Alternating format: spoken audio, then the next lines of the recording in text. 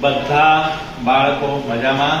હવે ગઈ વખતે આપણે પોષણ વિશે વાત કરી હતી, તો આજે આપણે પોષણના બે જે પ્રકાર છે એના વિશે વાત કરીશું. ઓકે, તો ઠીક છે, થોડા બસ પોષણના બે પ્રકાર છે. એક સ્વાવલંબી પોષણ, બે પરાવલંબી પોષણ. બરાબર. હવે સ્વાવલંબી પોષણ એટલે શું? લિટલ બીટ નજીક આવો બસ.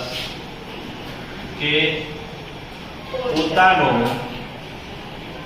ખોરાક જાતે બનાવે અને તેમાંથી જે પોષણ મેળવે તેને સ્વાવલંબી પોષણ કહે છે.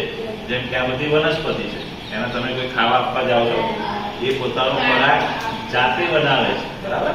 સૂર્યપ્રકાશની હાજરીમાંથી. બરાબર. એ પોતાનો ખોરાક જાતે બનાવે છે, એટલે એને શું કહેવાય? સ્વાવલંબી પોષણ. અને પોતે જ શક્તિ મેળવે છે. બરાબર. હવે શું કહે છે?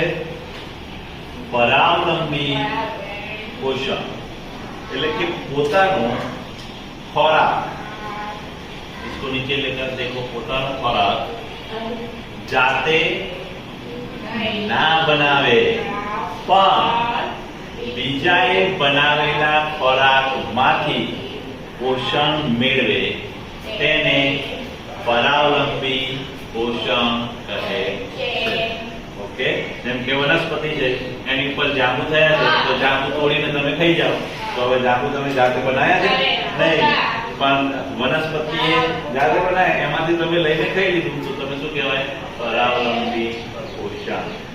Okay, you got it guys? સમજ પડી ગઈ? I think you got it. Done it.